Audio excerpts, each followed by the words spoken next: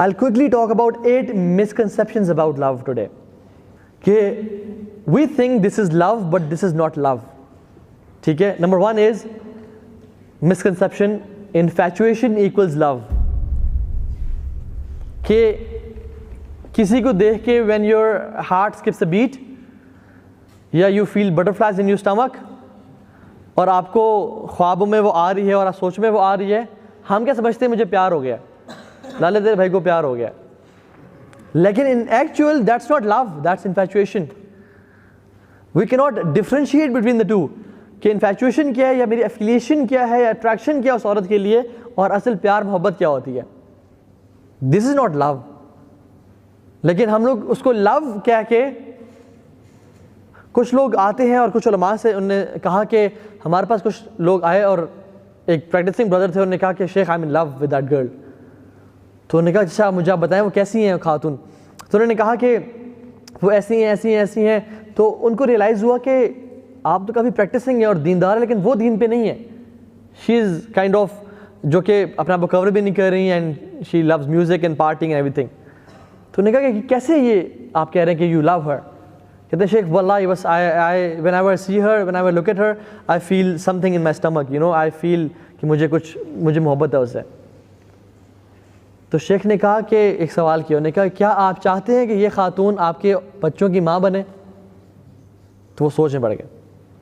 उन्होंने कहा नहीं शेख, ये इस हालत में तो मैं नहीं चाहूँगा कि मेरे बच्चों की माँ बने. तो उन्होंने कहा आप पे कंपैटिबिलिटी ज़ीरो है, you have no compatibility at all with that girl and you are saying you are in love. That's not love, that's infatuation, जो कि कुछ टाइम में हुई है और फिर कुछ दिन में ख़त्म हो जाएगी. नंबर 2 इज़,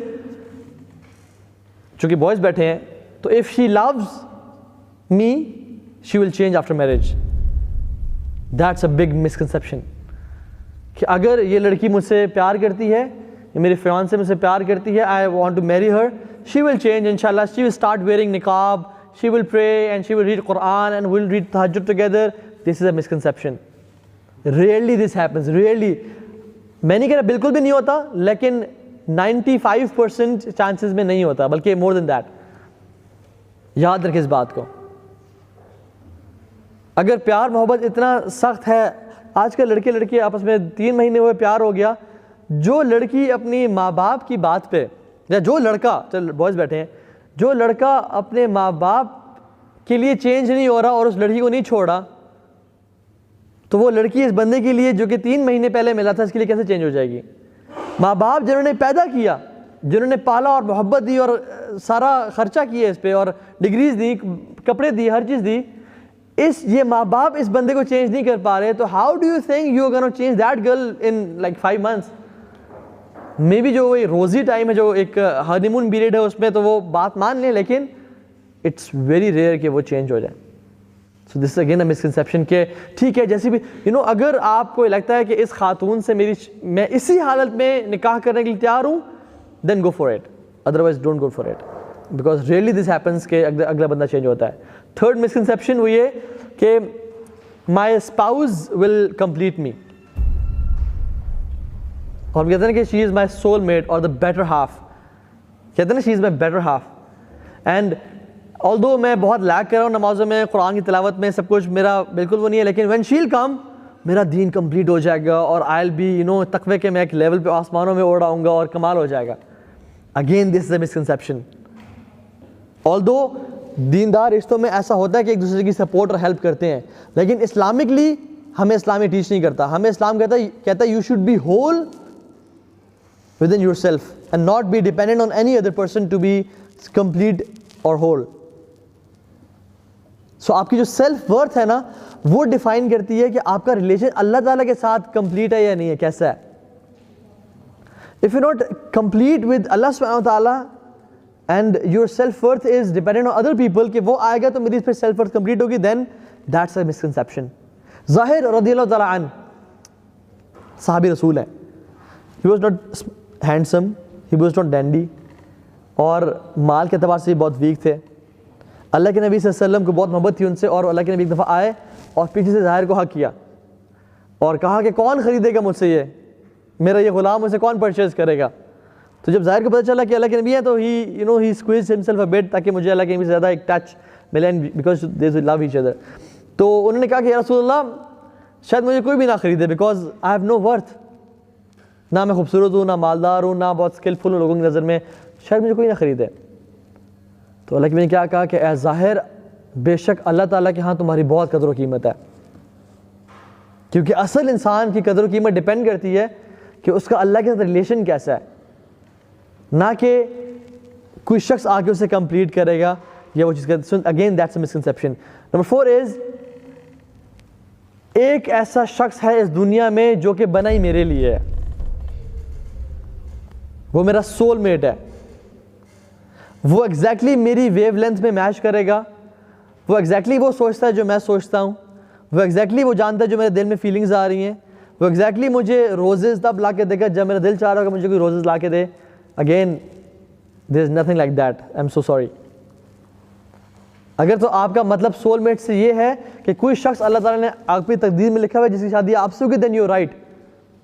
लेकिन अगर आपका सोलमेट से मुराद ये है कि कोई शख्स बिल्कुल एग्जैक्टली बना ही मेरे लिए, कि वो एग्जैक्टली मेरी उसकी नेचर मैच कर रही है, हमारी फ्रीक्वेंसी मैच कर रही है, हमारी कभी मिसअंडरस्टैंडिंग ही नहीं होगी and will be like friends and happy couple, नहीं, हमारा परफेक्ट रिलेशन होगा, नहीं, ऐसा नहीं होता। 6th चीज इज कि your spouse will be perfect, कि मेरा जो स्पाउस होगा ना बहुत ही अपने तकवे में भी, अपने अखलाक में भी, अपने घर को एक बिल्कुल चेंज कर देगा और एक नई ज़िंदगी शुरू हो जाएगी और कभी मुझे मिसअंडरस्टैंड नहीं करेगा, कभी तो गुस्सा नहीं आता, कभी परेशान नहीं, तो it will be perfect. No, that's a misconception. So thinking of somebody who is perfect is not right. 3rd चीज़, लव इज़ एफर्टलेस। बस मुझे एक दफ़ा प्यार हो गया, उससे मोहब्बत हो गई, अब मुझे कुछ करना नहीं पड़ेगा, अब यही मोहब्बत हमारी सारी ज़िंदगी रहेगी, ऐसा नहीं होता। You have to do some effort to sustain that relation. हालांकि वलिल्लाहिल मसलुल आला, अल्लाह के लिए कोई मिसाल नहीं है, लेकिन फिर भी इवन अल्लाह के साथ रिलेशनशिप के लिए भी एफर्ट करनी पड़ती है। आप जितनी एफर्ट करेंगे अपने आप को अल्लाह के साथ करीब करने की, उतना ही बेहतर अल्लाह के साथ रिलेशन होता जाएगा। लेकिन जितनी एफर्ट कम करेंगे, जितना लैक करेंगे, जितना लिथार्जिक होंगे और you will not give weightage to your relationship with Allah subhanahu wa ta'ala, उतना ही रिलेशन वीक होता जाएगा। तो ये हर रिलेशन में ऐसा होता है, गिव एंड टेक होता है। Which brings us to 7th point, which is love is unconditional. Love is not unconditional at all. If you expect other person to love you like crazy with no conditions at all, you are in a problem. Love is conditional. There is no unconditional love. Even हत्ता के माँ बाप जो बहुत ज़्यादा प्यार करते हैं उनका भी लव कंडीशनल होता है। They want you to be a good son, they want you to give time, they want you to be not involve in drugs and everything. अगर आप इन्वॉल्व होते हैं ड्रग्स या बुरी चीज़ में तो बाप जी कहते हैं कि पुत्र आज के बाद घर नहीं आना, निकल जाओ यहाँ से। So love is conditional. And the last thing is कि any time in your life you are ready to be in love और get married, you are always ready to fall in love और get married. Again, this is a misconception. You're not always ready to fall in love and to get married. क्योंकि शादी करने के लिए कुछ इंसान में दम कम होना चाहिए। हमारे नौजवान पेरेंट्स के पास आके कहते हैं कि मैं जवान हो गया हूँ, मुझे शादी कर रहे हैं और ये वो सारा, लेकिन वो सुबह उठ के बेड अपना ठीक नहीं करता। घर में आते तो कपड़े, एक पैंट इधर फेंकी, उसकी वेस्ट उधर है और उसका अंडरवेयर उधर है और जो है ना घर में साहब लेट गए हैं। Having no discipline, no responsibility at all. वाले साहब कहते हैं कि बेटा टायर का फ्लैट, गाड़ी का टायर फ्लैट है, चेंज करा के आ जाएं। 3 दिन गुजर जाते हैं, साहब ने चेंज नहीं किया। सारी रात गेमिंग पे गुजार रहे हैं और सारा दिन सो के गुजार रहे हैं, मगरिब पे उठ रहे हैं और कहते हैं कि मैं जवान हो गया, मेरी शादी कर दें। तो it is not the right time for him to get married. Responsibility बहुत इंपॉर्टेंट चीज़ है। जब आप शादी करते हैं तो you have to be responsible. And I know many people अल्हम्दुलिल्लाह जो कि बहुत यंग एज में थे, but they were responsible enough. उन्होंने पेरेंट्स को बोला एंड द पेरेंट्स न्यू कि मेरा बच्चा रिस्पॉन्सिबल है, उन्हें फ़ौरन शादी कर दी उनके, बिकॉज दे वर रिस्पॉन्सिबल।